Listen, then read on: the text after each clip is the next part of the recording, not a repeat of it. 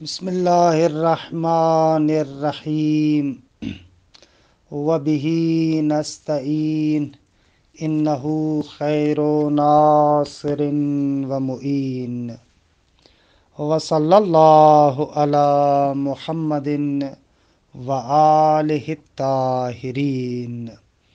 الحمدللہ، خداوند منان کے لطف و کرم سے ہماری گفتگو جواہر البلاغہ میں تھی۔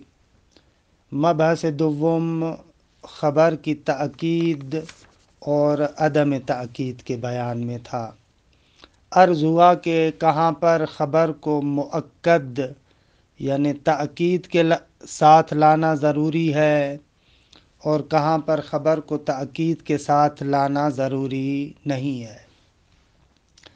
مصنف آخر میں دو تنبیہات کی طرف اشارہ کرتے ہیں کہ الحق والانصاف اچھے مطالب پر مشتمل ہے۔ تنبیہ اول ادوات توکید خبر کے بیان میں ہے کہ وہ کون سے ادوات ہیں جن کے ذریعے سے خبر مؤکد ہوتی ہے۔ تو بہرحال یہ ادوات تو بہت زیادہ ہیں، ان میں سے مشہور ادوات کو یہاں پر ذکر کرتے ہیں۔ خوب اس میں کوئی خاص مطلب نہیں ہے، لہذا اس کو جلدی میں پڑھ رہا ہوں۔ تنبیہات الاول فی ادوات توکید الخبر، خبر کی تاکید کے لیے جو ادوات ہیں ان کے بیان میں۔ لتوکید الخبر ادوات کثیرہ، فرماتے ہیں خبر کی تاکید کے لیے بہت سارے ادوات ہیں۔ وَأَشْهَرُهَا إِنَّ وَلَامُ الْإِبْتِدَاءِ وَأَحْرُفِ التَّنبِيهِ، مشہور ترین فرماتے ہیں اِنَّا ہے، لام ابتدا ہے اور حروف تنبیہ، یہ ادوات توکید میں سے ہیں۔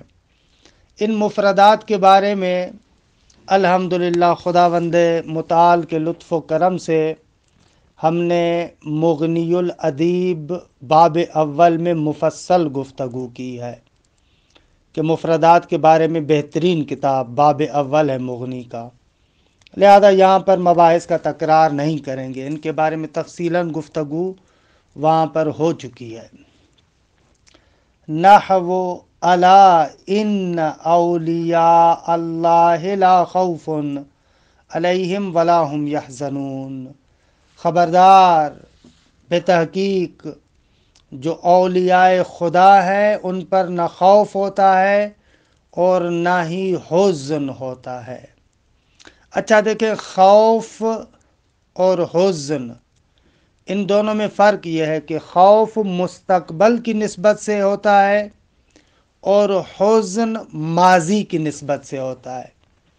اگر گزشتہ زمانے میں انسان سے کوتاہی ہو گئی ہو، انسان نے کوئی غلطی کی ہو، تو موجودہ زمانے میں اس پر حزن کرتا ہے، ملال ہوتا ہے کہ اے کاش میں وہ کام نہ کرتا۔ اور خوف آئندہ کی نسبت سے ہوتا ہے، استقبال کی نسبت سے ہوتا ہے، پتہ نہیں کیا ہوگا، کون سی حالت ہوگی میری۔ تو اولیاء خدا وہ ہیں، ولی خدا وہ ہے جس کے لیے نہ خوف ہے نہ حزن ہے، نہ مستقبل میں کسی چیز سے ڈرتا ہے کیونکہ ولی خدا ہے، خدا کی رحمت کا، رأفت کا اسے پتہ ہے، لہذا کسی چیز سے نہیں ڈرتا۔ اور اسی طریقے سے گزشتہ زمانے کی نسبت سے بھی اس کو حزن نہیں ہوتا، یعنی اتنا پاک صاف ہوتا ہے کہ اس کا ماضی کسی بھی برائی کے دھبے سے ملوث نہیں ہے، ملوث تا کے ساتھ، لہذا حزن بھی نہیں ہے اور خوف بھی نہیں ہے۔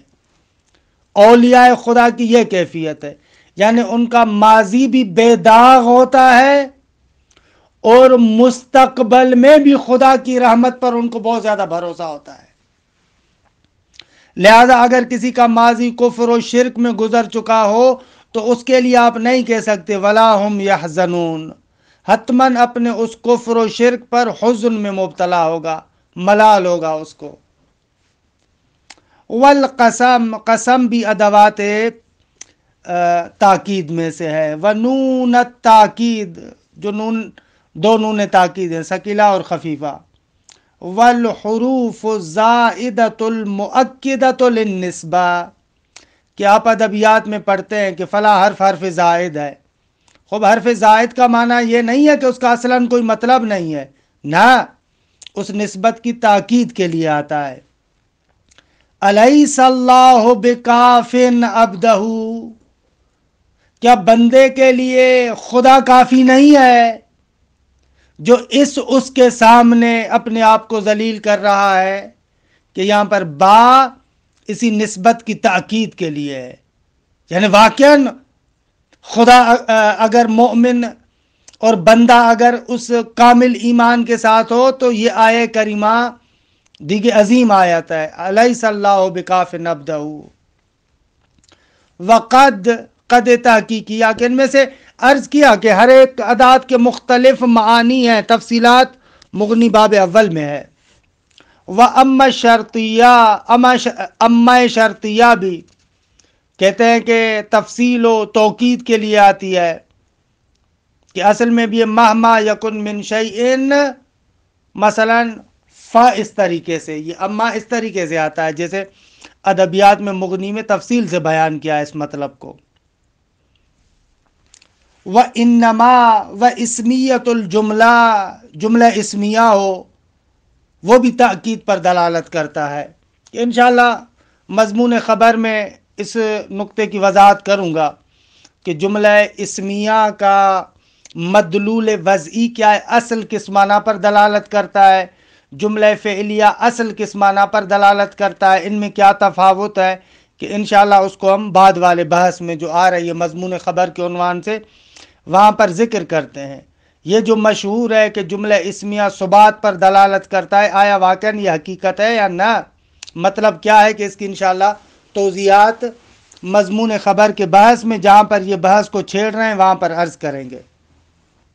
فعلاً اتنا سمجھ لیں کہ جملہ اسمیہ میں ایک طریقے کی تاکید پائی جاتی ہے، کیونکہ وہاں پر نسبت کا تکرار ہوتا ہے۔ مجھے یاد ہے کافی عرصہ پہلے، آج سے تقریباً کوئی 20 سال پہلے، اندرونی سندھ میں بھٹشا پر مولانا غلام قمبر کریمی رحمۃ اللہ علیہ، کہ خدا ان کی مغفرت فرمائے اور پروردگار عالم اس عظیم عالم دین کے درجات کو بلند فرمائے، ہمارے مدارس میں علم بلاغت پر تاکید کرتے ہوئے وہ ایک مثال دے رہے تھے، کہ آپ نے فرمایا تھا کہ ایک مرتبہ ہم کہتے ہیں کہ زید قام، اور دوسری مرتبہ کہتے ہیں قام زید، ان دونوں میں کیا فرق ہے؟ زید قام جملہ اسمیہ ہے، قام زید جملہ فعلیہ ہے، دونوں میں فرق کیا ہے؟ اس طریقے سے وہ علم بلاغت کی اہمیت کو بیان کرنا چاہ رہے تھے، کہ یہ چیز آپ کو علم بلاغت میں پتہ چلے گی کہ زید قام میں تاکید ہے ایک طریقے کی، لیکن قام زید میں وہ تاکید نہیں ہے، کیونکہ زید قام میں قیام کی نسبت زید کی طرف 2 مرتبہ آئی ہے۔ کیسے؟ ایک مرتبہ آپ کہتے ہیں زید قام، زید مبتدا، قام اس کی خبر، لیکن ڈائریکٹ خبر نہیں ہے، قام فعل ہے اور اس کی ضمیر اس کا فاعل ہے، اور وہ ضمیر زید کی طرف پلٹ رہی ہے، تو پس ایک مرتبہ قیام کی نسبت زید کی طرف ہے اس ضمیر کے اعتبار سے، دوسری مرتبہ اسی جملہ فعلیہ کو پھر آپ زیدن کے لیے خبر قرار دے رہے ہیں، دوسری مرتبہ پھر اس کی طرف نسبت دے رہے ہیں، تو جملہ اسمیہ کے اندر 2 مرتبہ نسبت ہوئی، جب 2 مرتبہ نسبت ہوئی تو تکرر نسبت ہوا، تکرر نسبت ہوا تو یہ تاکید کو بیان کرے گا، پس زید قام مؤکد ہے قام زیدن کی نسبت سے ہے۔ اور اسی طریقے سے ضمیر فصل و تقدیم الفاعل المعنوی، کہ تقریباً یہ جملہ اسمیہ کے ساتھ ملتی جلتی بات ہے کہ فاعل معنوی جیسے مبتدا مثلا آپ نے قرار دیا نا زید قام، کہ یہ زید ترکیبی لحاظ سے تو مبتدا ہے لیکن معنوی اعتبار سے فاعل ہے، یہاں پر بھی وہی تکرر نسبت پائی جاتی ہے۔ یہ تنبیہ اول۔ تنبیہ دوم کہ یہ مزیدار ہے۔ تنبیہ دوم کا مقصد یہ ہے کہ کبھی کبھار کلام کو مقتضائے ظاہر حال کے خلاف لے کر آتے ہیں، کہ یہ مطلب سمجھیے گا، یہ مطلب دقیق ہے اور سمجھنے والا ہے۔ کیا عرض کرنا چاہتے ہیں؟ یہ عرض کرنا چاہتے ہیں ایک ہوتا ہے ہمارے پاس ظاہر حال اور ایک ہے حال اور ایک ہے مقتضائے حال، تین چیزیں ہیں۔ دیکھیں، مقتضائے ظاہر حال سے مراد یہ ہے کہ وہ حالت جو واقع اور نفس الامر میں موجود ہے۔ مثلا مخاطب آپ کا منکر ہے۔ کیا ہے مخاطب؟ منکر ہے، انکار کر رہا ہے۔ اب اس کا یہ جو انکار ہے یہ ہے ظاہر حال۔ ہم نے کہا کہ کلام کو کبھی کبھار مقتضائے ظاہر حال کے مطابق لاتے ہیں، کہ نارمل ایسے ہی ہے، ظاہر حال اس کا کیا ہے کہ وہ انکار کر رہا ہے، لہذا کلام کو مؤکد لانا پڑے گا، اس کو کہا جائے گا مقتضائے ظاہر حال۔ اور کبھی کبھار ہم کہتے ہیں مقتضائے حال۔ مقتضائے حال، حال اعم ہے، خود مقتضائے حال اعم ہے، یعنی وہ حالت واقع اور نفس الامر میں موجود ہو یا وہ حالت واقع اور نفس الامر میں موجود نہیں ہے، بلکہ ہم وہ حالت وہاں پر فرض کرتے ہیں۔ مثلا سامنے والا منکر نہیں ہے لیکن اس کو نازل منزلہ منکر قرار دے رہا ہوں، اس کو قائم مقام منکر قرار دے رہا ہوں، درست ہے؟ ظاہر حال کا تقاضا یہ نہیں ہے لیکن مقتضائے حال اس کو بھی شامل ہے۔ آگا دوسرے لفظوں میں یہ عرض کرنا چاہتے ہیں کہ ہمارے پاس تین چیزیں ہیں، دقت کیجئے گا۔ ایک ہے ظاہر حال اور ایک ہے حال اعتباری اور ایک ہے مطلق حال، تین چیزیں۔ مطلق حال اہم ہے، ظاہر حال کو بھی شامل ہے، حال اعتباری کو بھی شامل ہے۔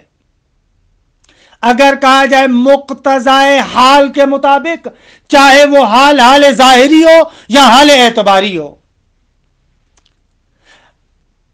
ظاہر حال یعنی وہ اس کی حالت واقع اور نفس الامر میں، حقیقت میں یہ منکر ہے، یہ ہے ظاہر حال۔ اور حال اعتباری یعنی واقع اور نفس الامر میں اس کی وہ حالت نہیں ہے لیکن وہ حالت میں اس کے لیے فرض کر رہا ہوں۔ مثلا اس کو میں نازل منزلہ منکر قرار دے رہا ہوں۔ کیا قرار دے رہا ہوں؟ نازل منزلہ منکر۔ خوب مثال دوں اس کے لیے تاکہ مطلب روشن ہو جائے، اگرچہ کتاب میں آ رہی ہیں تو وہاں پر دو تین آیات کو بھی ذکر کرتا ہوں، کتاب میں آ رہی ہیں مثالیں، جلدی میں نہیں دے رہا۔ تنبیہ دوم میں ایسے بیان کرتے ہیں کہ آغا بلاغت کا ایک شعبہ یہ ہے کہ کبھی کبھار کچھ مناسبتوں کو، کچھ لطائفوں کو، کچھ نزاکتوں کو مد نظر رکھتے ہوئے کلام کو مقتضائے ظاہر حال کے خلاف لے کر آتے ہیں، کہ یہ بھی ایک بلاغت کی کس میں شاخ ہے کہ قرآن مجید میں بہت سارے مقامات پر ہے، ایسے بہت سارے مقامات پر ہے ظاہر حال کے خلاف۔ مثال دوں فرض کریں، ایک عرفی مثال دیتا ہوں، علم طب اور میڈیکل کا بہت زیادہ فائدہ ہے، سامنے والا بندہ انکار کر رہا، نہ طب کا کیا فائدہ ہے، آپ اس کے سامنے فقط کہتے الطب نافع، حالانکہ ظاہر حال کا تقاضا یہ تھا کہ کلام کو مؤکد ذکر کرتے، ان الطب لنافع، ایسے کہنا چاہیے تھا، کیونکہ سامنے والا منکر ہے، لیکن آپ ایسے نہیں کر رہے، منکر ہے پھر بھی کہہ رہے الطب نافع۔ یہ بلاغت کے خلاف نہیں ہے، کہہ رہے نہ، کیوں؟ اس لیے کہ منکر کے سامنے بھی نارمل کلام کو پیش کرنا اس اعتبار سے ہے کہ اس منکر کو نازل منزلہ خالی الذہن فرض کر رہا ہوں۔ بھئی آپ کیوں اس کو خالی الذہن فرض کر رہے ہیں؟ فرماتے اس لیے کہ یہ عقلاء کے نزدیک اتنا بدیہی امر ہے، روشن اور واضح امر ہے کہ اصلاً تاکید نہ میخواد، یعنی اس کے انکار کو کلا انکار فرض کر رہے ہیں، اصلاً اس کا انکار اثر انداز نہیں ہے، اتنی واضح سی چیز ہے کہ علم طب کا فائدہ ہے، لہذا آپ کہہ رہے الطب نافع۔ یہ کیا ہو گیا؟ مقتضائے ظاہر حال کے خلاف ہے، منکر کو نازل منزل ہے خالی الذہن فرض کر دیا، یا کبھی کبھار خالی الذہن کو نازل منزل ہے متردد یا منکر فرض کیا جاتا ہے، کہ ہر ایک کی مثال دے رہے ہیں۔ یہ بھی ایک بلاغت کا بہت عظیم شعبہ ہے۔ عبارت کی طرف چلتا ہوں، آہستہ آہستہ مقام کے لحاظ سے توضیحات بھی عرض کرتا ہوں۔ الثانی فی العدول ان مقتضى ظاہر الحال، فرماتے تنبیہ دوم اس نقطے کے بارے میں ہے کہ مقتضائے ظاہر حال کے خلاف جاتا ہے انسان، ظاہر حال کا جو تقاضا ہے اس سے عدول کرتا ہے، منہ پھیر لیتا ہے۔ یہ بھی وضاحت آتی ہے۔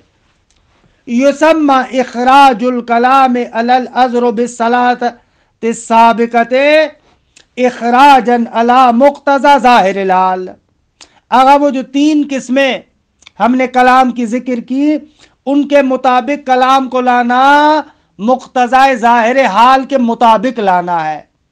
اگر خالی الذہن ہے تو نارمل کلام، اگر متردد اور شاک ہے، سائل ہے، تو اس کے لیے ایک تاکید یا مستحب ہے تاکید، اور اگر منکر ہے تو اس کے لیے تاکید لانا واجب ہے۔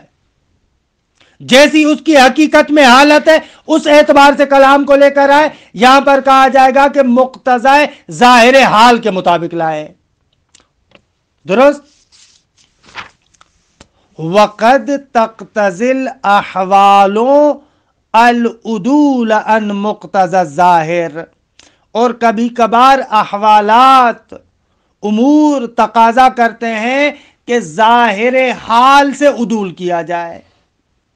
وَيُورَدُ الْكَلَامُ عَلَى خِلَافِهِ، ظاہر حال کے مقتضا کے برخلاف کلام لایا جاتا ہے۔ کیوں؟ لِاعْتِبَارَاتٍ، ان نکات یا ان نکات کی وجہ سے کہ یلحظها المتکلم، جن کا متکلم لحاظ کرتا ہے، ان نکات کی وجہ سے۔ وَسُلُوكُ هَذِهِ الطَّرِيقَةِ شُعْبَةٌ مِّنَ الْبَلَاغَةِ، فرماتے ہیں کہ اس طریقے کو اپنانا بھی بلاغت کا ایک شعبہ ہے۔ لیکن ان موارد کو ذکر کرنے سے پہلے تھوڑا سا حال، مقتضائے ظاہر حال اور اسی طریقے سے حال اعتباری کی حقیقت کو سمجھیں۔ کہہ رہے وَعْلَمْ، آپ جان لیں کہ ان الحال فی هذا المقام هو الامر الداعی الى ایراد الکلام مکیفا بکیفیت مخصوصۃ، سواء کان ذلک الامر الدائی ثابتا فی الواقع کأن یکون المخاطب منکرا للحکم واقعا او کان ثبوتہ بالنظر الی اعتبار المتکلم. کہتے ہیں یہاں پر حال سے مراد وہ امر ہے کہ جو داعی ہے بلاتا ہے اس بات کی طرف کہ کلام کو ایک خاص کیفیت کے ساتھ مکیف کیا جائے، یعنی اس خاص کیفیت کی حالت میں لایا جائے. پہلے عرض کر چکے تھے کہ حال کسے کہتے ہیں، مقتضا حال کسے کہتے ہیں. حال یعنی وہ امر داعی جو بلاتا ہے کہ کلام کو ایک مخصوص صورت میں لے کر آئے. مدح حال ہے کہ کلام کو اتناب کی شکل میں لے کر آئے. انکار حال ہے کہ تقاضا کرتا ہے کہ کلام کو مؤکد لائے. درست ہے. کہتے ہیں کہ حال سے مراد وہ امر ہے کہ جو داعی ہے بلاتا ہے الی ایراد الکلام مکیفا بکیفیت مخصوصہ، کہ کلام کو لایا جائے کیفیت مخصوص کے لباس میں. اچھا، سواء کان ذلک الامر الدائی ثابتا فی الواقع، اب فرق نہیں پڑتا کہ وہ امر دائی حقیقت اور واقع میں ثابت ہو، جیسے کہیں یکون المخاطب منکرا للحکم واقعا، جیسے مخاطب حقیقتا واقعا حکم کا منکر ہے. او کان یا نہ، او کان ثبوت ہو، یا اس امر دائی کا ثابت ہونا بالنظر الی اعتبار المتکلم، متکلم کے لحاظ کے اعتبار سے. حقیقت میں وہ امر دائی موجود نہیں ہے لیکن متکلم اس کا لحاظ کر رہا ہے. مثلا کأن لا یکون المخاطب منکرا للحکم، واقع میں تو مخاطب منکر حکم نہیں ہے، ولیکن ظاہر علیہ شیء من امارات الانکار، لیکن اس پر انکار کی علامتوں میں سے کوئی ایک علامت نظر آ رہی ہے.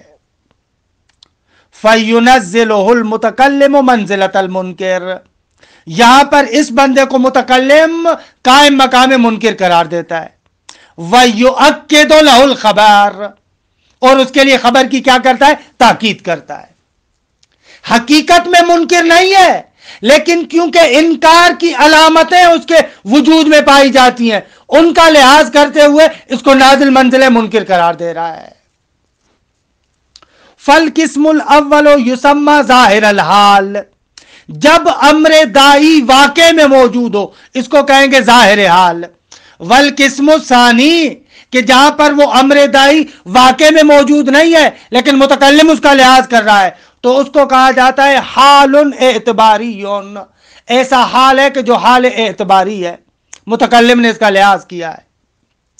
پس فالحال علی قسمین، نتیجہ یہ کہ حال کی دو قسمیں ہیں.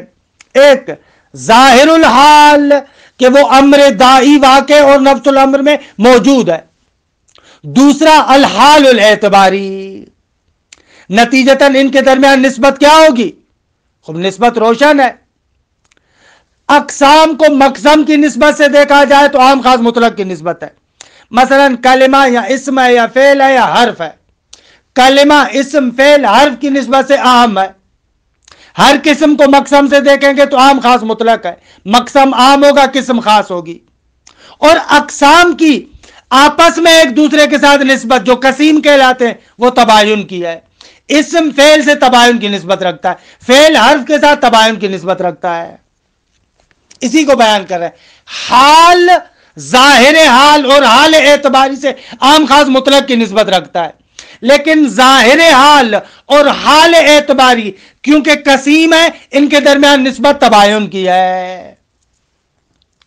فالحال علی قسمین، ایک ظاہر الحال اور الحال الاعتباری دو. فالحال اعم مطلقا، اعم مطلق دونوں کی نسبت سے. وَكُلٌّ مِّنَ الْقِسْمَيْنِ أَخَصُّ مِنْهُ مُطْلَقًا، اور دونوں قسموں میں سے ہر ایک ظاہر حال اور حال اعتباری وہ اخص ہے مطلق حال سے. وَبَيْنَ الْقِسْمَيْنِ، اور یہ جو دونوں قسمیں آپس میں جو قسیم ہیں، تباین کے منطق میں پڑھ چکے. وَكَذَلِكَ جب حال کی ایسے قسمیں ہیں تو مقتضائے حال کی بھی دو قسمیں ہوں گی، ایک مقتضائے ظاہر یعنی مقتضائے ظاہر حال، اور دو مقتضائے حال اعتباری۔ تو یہاں پر بھی مقتضائے حال اعم مطلقاً وکل من القسمین اخص منہ مطلقاً، مقتضائے ظاہر حال اور مقتضائے حال اعتباری مطلق مقتضائے حال سے اخص ہوں گے۔ فکل مقتضى الظاہر کہ نسبت کو بیان کر، فکل مقتضى الظاہر مقتضى الحال ولا اقصى، ہر مقتضائے ظاہر مقتضائے حال ہے، لیکن ہر مقتضائے حال مقتضائے ظاہر نہیں ہے۔ وَكُلُّ مُقْتَضَى الْحَالِ الْاعْتِبَارِ مُقْتَضَى الْحَال وَلَا عَكْسَ، ہر مقتضائے حال اعتباری مقتضائے حال ہے لیکن برعکس نہیں ہے، یعنی ہر مقتضائے حال مقتضائے حال اعتباری نہیں ہے۔ مطلب روشن تھا، ایسے ہی یہاں پر نسبتوں میں آ کر الجھا دیا۔ آغا آسان لفظوں میں حال مطلق حال مقسم ہے، ظاہر حال اور حال اعتباری اس کی قسمیں ہیں۔ خب عام خاص مطلق کی نسبت ہوگی، قسموں کی آپس میں نسبت کیا ہوگی؟ تباین کی۔ اسی طریقے سے مقتضائے حال مقسم ہے اور مقتضائے ظاہر حال اور مقتضائے حال اعتباری اس کی قسمیں ہیں۔ پس مقتضائے حال اعم مطلق ہوگا مقتضائے ظاہر حال اور مقتضائے حال اعتباری سے، یہ مطلب کہنا چاہ رہے ہیں۔ وَمِن مَوَارِدِ الْعُدُولِ کہ وقت یہاں پر تمام ہو گیا، وگرنہ اس کو شروع کریں گے انشاءاللہ، کل سے شروع کریں گے۔ وصلی اللہ علی محمد وآل بیتہ الطیبین الطاہرین۔